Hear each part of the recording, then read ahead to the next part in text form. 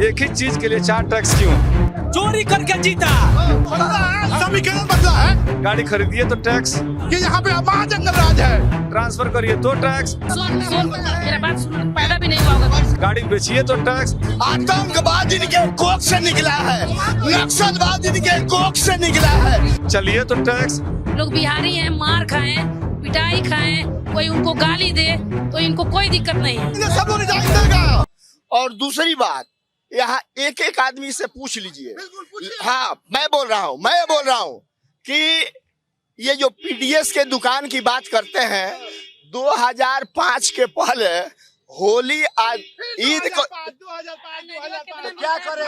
2025 का बात कीजिए, 2025 का बात कीजिए, 2030 का मौका चाहिए। सुनिए, जब भी कुछ कहिएगा इन लोगों को तिरछी लग जाएगी। मैं बोल रहा हूँ कि 2005 के बाद यहाँ सब लोगों से पूछ लीजिए, ये चोरी और सीनाजोरी वाले लोग हैं। चोरी और सीनाजोरी जंगल राज के ये रहनुमा है। आतंकवाद इनके कोख से निकला है, नक्सलवाद इनके कोख से निकला है। यह बिहार की धरती इनकी मूंछ बताती है, इनकी आवाज बताती है और इनकी धमक बताती है कि यहाँ पे महाजंगल राज है। मूछ पर नहीं, इनके चूंकि अब इनके पिताजी भी उस समय राजद में थे, विधायक थे। अभी ये जो बोल रही है ना, इनके पिताजी उसी जंगल राज के थे। अब आज ये जो सुराज पकड़ी हुई है। सुनिए,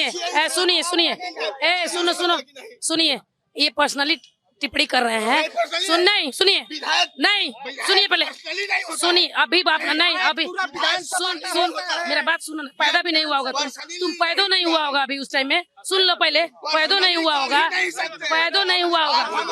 सुनिए, हाँ, मैं भी आपको पिता नहीं होता है। आपके पिताजी विधायक थे। मैं बोल रही हूँ, उसी बात पर मैं आ रही हूँ। देखिए एक मिनट, नहीं क्या कह रहे हो भैया? अगर महागठबंधन जीत जाएगा तो ईवीएम हैक नहीं हुआ रहेगा, अगर भाजपा जीत जाएगा तो ईवीएम हैक हो जाएगा। ये आप लोग के लिए देखिए, बोलिए ये कह रहे हैं, ये कह रहे हैं, आप क्या जवाब देना है? उन्होंने कहा मेरे पिताजी विधायक थे, तो 5 साल मेरे पिताजी विधायक रहे। शहर में जो चौक चौराहों का निर्माण शुरू किया उन्होंने किया। धोबी घाट, नदी पर जाइएगा, पोखरा पर जो छठ घाट बना, वो चापा कल। अभी आप चलिए मेरे साथ, इन्होंने जवाब दिया। ऐसे सुनिए पहले, मेरे पिताजी जंगल राज के हिमायती रहते तो 20 साल विधायक रहते। विधायक वो अपना सुनिए, राजद में थे, इसलिए राजद में थे कि जनता दल उसमें मिल गया था, इसलिए राजद में थे। वो चोर नहीं थे, ऐसा मत बोलिए। नहीं, आप गलत बोल रहे हैं।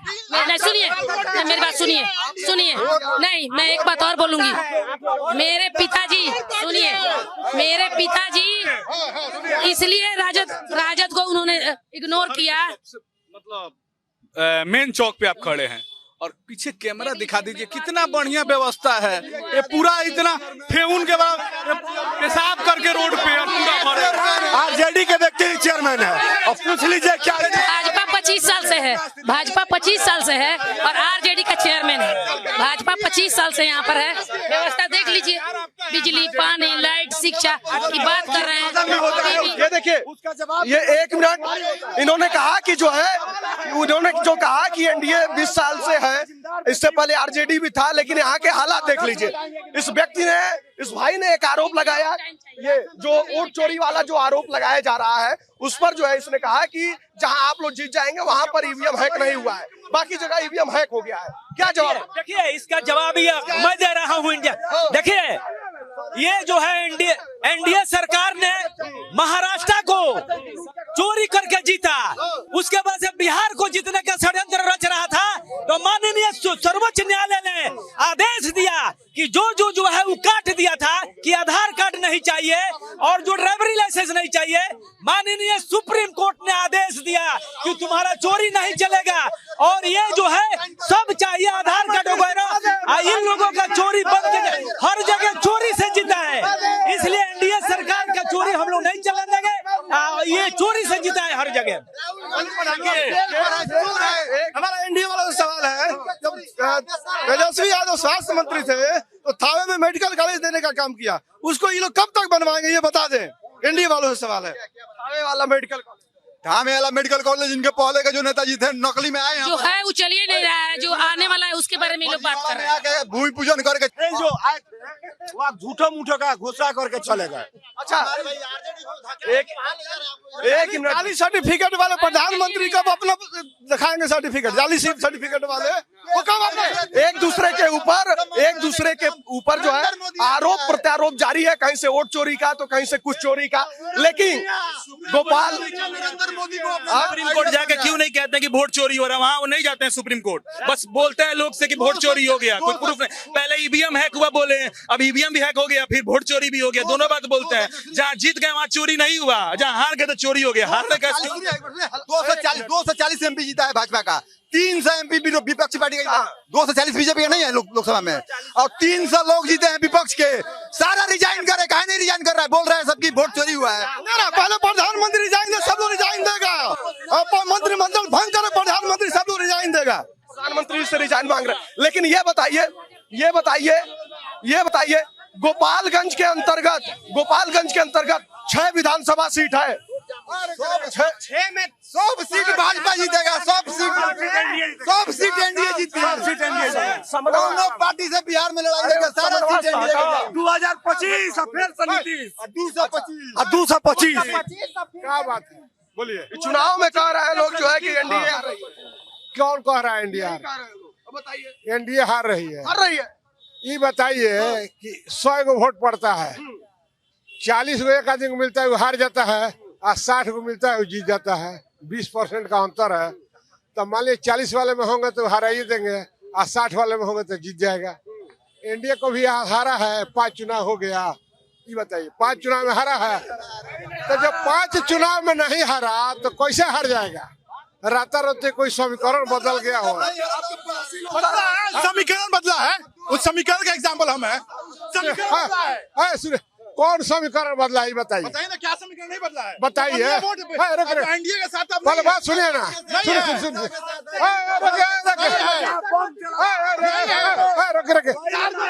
बनिया का वोट का ठेकेदार कौन है? ये बनिया है, ये क्या है? बनिया नहीं है। पहले बात सुनिए, ये बनिया है, ये बनिया नहीं है। बनिया का बात बच जा रहा, भाजपा का अध्यक्ष बनिया है, तो बनिया का वोट कैसे? अच्छा ठीक है। अच्छा समीकरण का ये पूछे ना, समीकरण का अंतर, ये समीकरण का अंतर बता पूछे। 6 समीकरण का अंतर बोले ना। ये पिछले 20 साल से बीजेपी का झंडा डो रहे हैं, और आरजेडी ने मुझे 2 साल में दावेदारी का मौका दिया है। अभी देख लीजिए। चलिए अच्छा ठीक है, ये नेता वाली बात हो गई। अच्छा लेकिन ये अच्छा एक मिनट, ये सबसे ऊपर नरेंद्र मोदी जी बैठे हैं, उसके बाद प्रदेश में दिलीप जायसवाल जी बैठे हैं। उनसे बड़ा कौन बनिया हो सकता है? हम लोग को बहुत गर्व होता है कि सबसे ऊपर नरेंद्र मोदी जी। एक मिनट, गोपाल बीजेपी अगर गोपालगंज से नया चेहरा नहीं खे दे, आरजेडी जौन सूरज के वोट देम सन हमनी के। गोपालगंज बीजेपी के नया चेहरा चाहिए बेरी ना मिली, झंडे ढो के पैदा भइल बड़ा, नौकरी रोजगार ना मिली। अच्छा एक मिनट रुक जाइए, 1 मिनट भाई। 2025 भाजपा के कार्यालय में फिर रहते से हैं। नीतीश। इनके पिताजी आरजेडी के, ये लोग सत्ता सुख लेने के लिए पार्टी बदल के आप आई हैं, नहीं तो आप आरजेडी में होती। आपके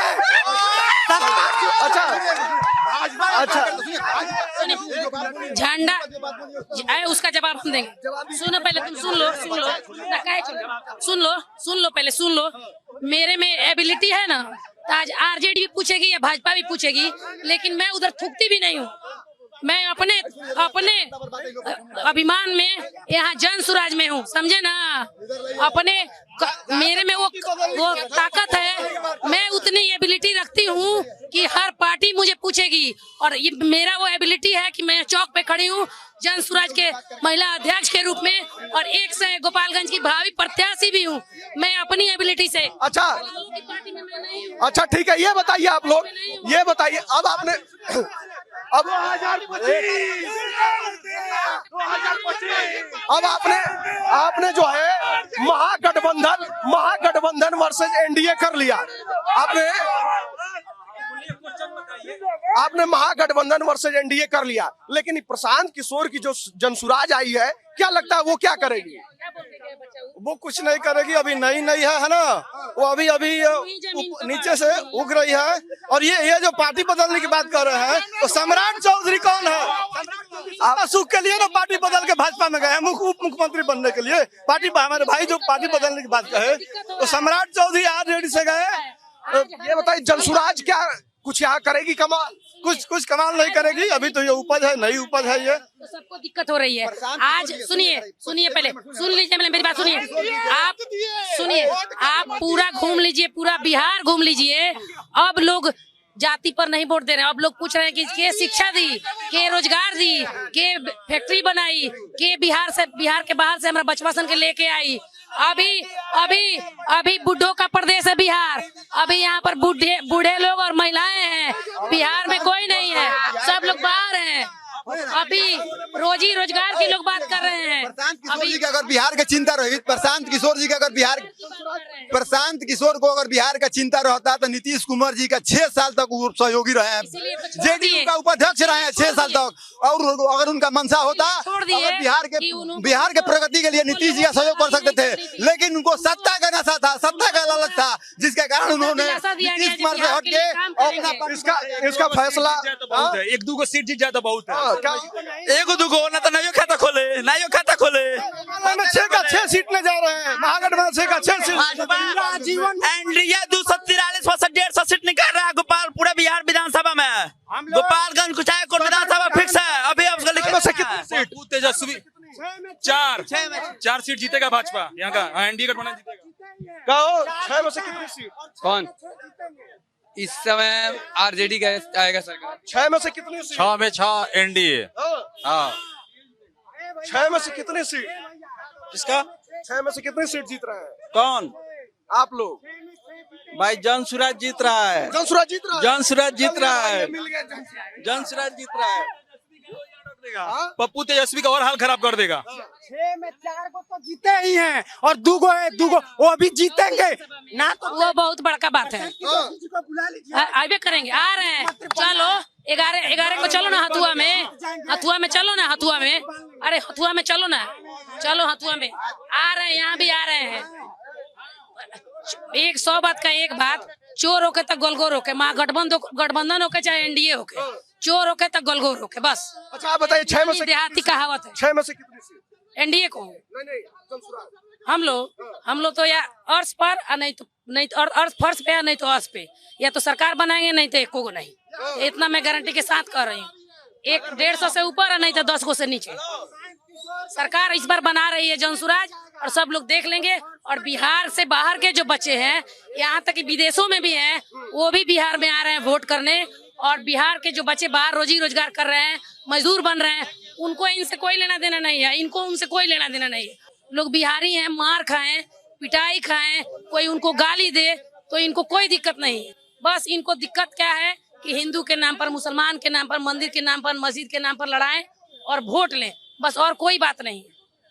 और जनसुराज या तो सरकार बनाएगी, या अर्श पर, नहीं तो फर्श पर, और 170 के ऊपर सरकार बनाएगी, नहीं तो 10 से नीचे, बस यही। और इस बार आप भी सर्वे करके घूम के देख सकते हैं, जनसुराज आ रहा है, लोग जवाब मांग रहे हैं।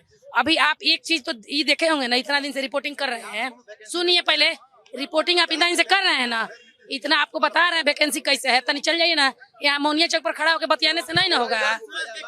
ना सुनो, तुम अब बात पहले सुनो, जवाब दे, उसके बाद जवाब देंगे। ना यहाँ मोनिया चौक पर खड़ा होकर बतियाने से नहीं होगा।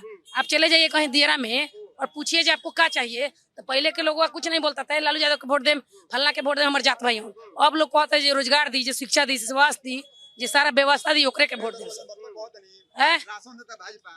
कितना देता? कितना देता? लोग बेचता, राशन वाले लेके स्टॉक होकर बेचता, राशन देता भाजपा, शौचालय देता भाजपा, आयुष्मान कार्ड देता भाजपा, और पेंशन देता 1100 बढ़ा के भाजपा। हमरा लागत है एगो आदमी के बिजली देता फ्री भाजपा, और वोट लोग दी दूसरा के। सारा वोट बिहार के लोग नीतीश कुमार और नरेंद्र मोदी के नाम पर एनडीए के देवे जा रहल बा, कोनो पार्टी के खाता ना खुली बिहार में। हमनी अच्छा, एक और जनसुराज जो एक बात का और दावा कर रही है, जिसके आप लोग विरोधी हैं, जनसुराज कर रही है कि शराबबंदी हम खत्म कर देंगे। क्या शराबबंदी? देखिए, शराबबंदी कोई भी गार्जियन अपने परिवार का नहीं चाहेगा कि उसका लड़का दारू पिए, सिगरेट पिए, गांजा पिए। नीतीश कुमार जी ने वोट की चिंता नहीं करते हुए बिहार में शराबबंदी लागू करने का काम किया। बिहार जनसुराज 0 पर आउट होगा पूरे बिहार में, 0 पर आउट होगा जनसुराज पूरे बिहार में। सारा पैसा यूपी में पहुंचा रहे हैं। पहले लोग 50 रुपए 100 रुपए पीता था, अब 400 पी रहा है, घर में 1 रुपया नहीं आ रहा है। और राशन का बात कर रहे हैं तो 4 किलो अनाज मिल रहा है, वो सड़ल अनाज मिल रहा है।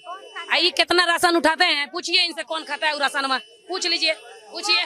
बेचना पड़ता है, कह रहा है कि बेचना पड़ता है, बेचता है लो ले जाके, क्यों बेचता है लो? बात पूछिए उनसे कि क्यों बेचता है लो। अच्छा रहता तो खाते नहीं। जब से फ्री हुआ है सबसे पूछ लीजिए, अगर कोई बोले कि हाँ लाइन रहता है जितना पहले रहता था, तो मैं अब यहीं से आउट हो जाऊंगी। लाइट रहता है कि नहीं? लाइट रहता है, लाइट रहता है, लाइट रहता है भैया। 24 घंटा में आदमी को 13 घंटा लाइट मिलता है तो बहुत महत्वपूर्ण है। 13 घंटा रहता है मैडम, तभी हम कहते हैं। आप यही प्रबंधक उनसे पूछ सकते हैं फोन करके, आपके पास नंबर भी होगा। 13 घंटा लाइट रहता है, हम जानते हैं। गोपालगंज में बदलाव होगा। बदलाव होगा? हाँ बिल्कुल। कौन आ रहा है? गोपालगंज में अभी वर्तमान जो विधायक हैं उन पर अविश्वास है स्थानीय जनता। जनसुराज आ रहा है। सभी लोग अपना बात करेंगे। यहाँ कुचायकोट विधानसभा जो पप्पू पांडे विधायक जी का क्षेत्र आता है, अगर वहाँ से अगर तेजस्वी यादव बिहार के है, जो तेजस्वी यादव अभी मैडम कुचायकोट में बिहार आता है। नहीं हेलो कुचायकोट अपने घर से लड़वे नहीं करते हैं, घर पे नहीं जीतेंगे। गजब हाल है भाई, गजब हाल है मैडम।